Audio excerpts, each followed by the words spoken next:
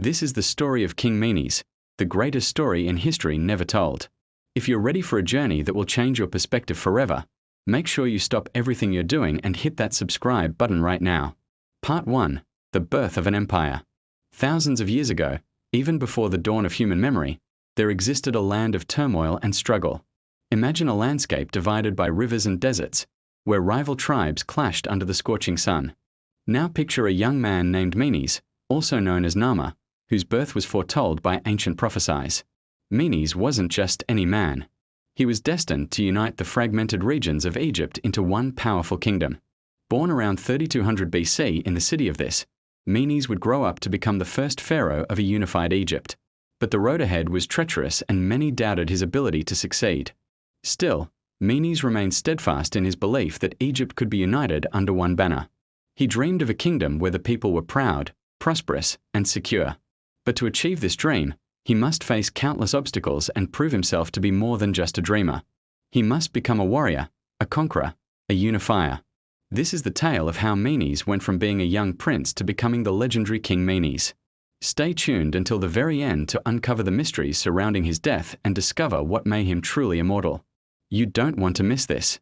Let's go back to the start. In the early days, the region that we know today as Egypt wasn't a unified country.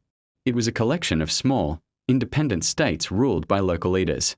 Each state had its own customs, laws, and way of life. They were often at war with each other, fighting over land, resources, and power. People lived in constant fear of raids and attacks. Travel was dangerous and trade was difficult. But despite all these challenges, the people of Egypt were resilient and resourceful. They developed advanced technologies and built impressive structures like the pyramids and the Sphinx. They also had a rich culture that valued art, music, and literature. But deep down, everyone yearned for unity and peace. No one knew it yet, but their wish was about to come true. Around 3200 BC, in the city of this, a young man named Menes was born. He was the son of King Sneferu and Queen Hediphias. From a young age, Menes showed signs of greatness. He was intelligent, charismatic, and brave. He had a vision for the future of Egypt, a vision of a unified country that was strong and prosperous. Menes knew that to achieve his dream, he needed to do something that no one had ever done before. He had to unite the warring states of Egypt and bring them together under one banner. The task seemed almost impossible, but Menes was determined to try. He grew up listening to stories of the bravery and valor of his ancestors, and he was inspired to follow in their footsteps. He trained hard and prepared himself for the challenges that lay ahead. When he came of age, Menes took on the responsibilities of ruling this. He worked tirelessly to improve the lives of his people, making trade routes safer and building schools and hospitals.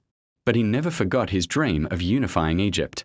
As time passed, Menes grew older and his dream of uniting Egypt became more urgent. He knew that the time had come to take action.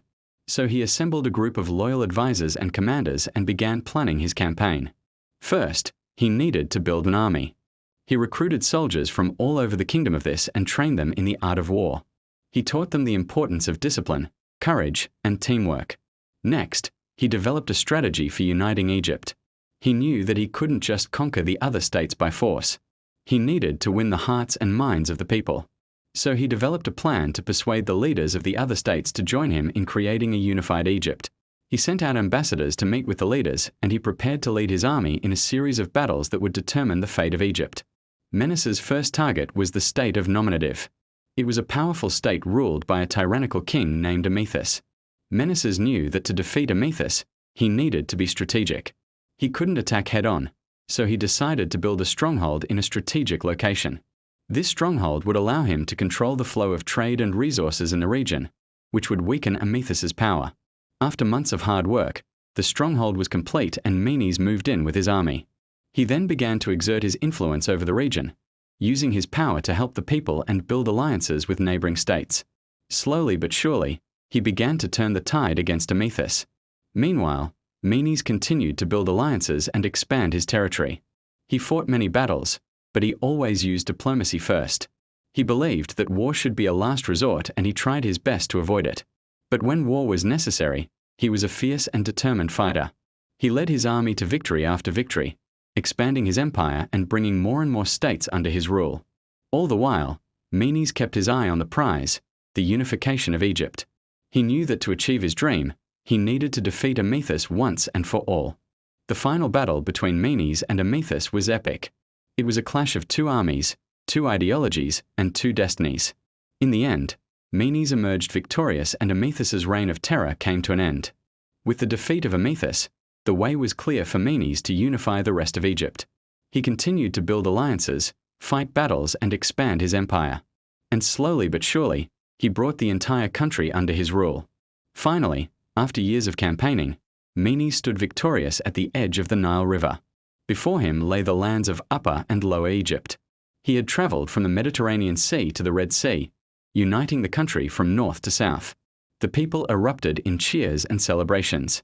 They had waited for this moment for so long, and now their dream of unity had come true. But for Menes, the celebrations were bittersweet. He knew that his journey was far from over. He had just united Egypt, but now he had to rule over it. He had to make sure that the different regions stayed together, that the people lived in peace, and that the kingdom thrived. It wouldn't be easy, but Menes was up for the challenge. He was ready to be king.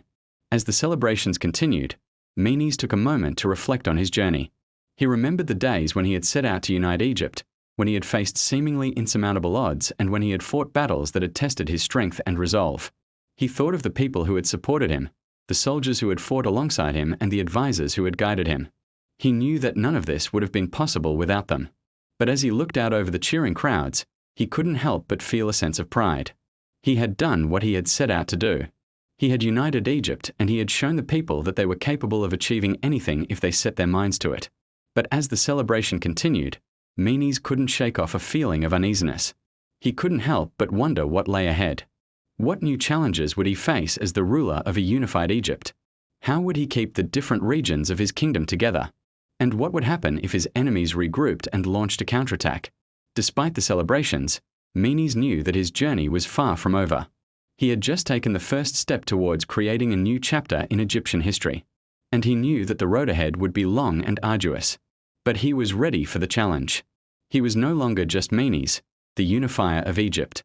He was King Menes, the first pharaoh of a unified Egypt, and he was determined to make his kingdom the greatest in the world.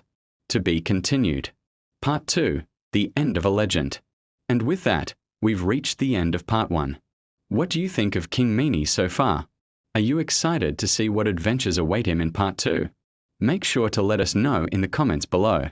Don't forget to hit that subscribe button if you haven't already. We promise you won't regret it. Thanks for joining us on this journey through time. Until next time, stay curious, stay adventurous, and keep learning. We'll catch you in Part 2.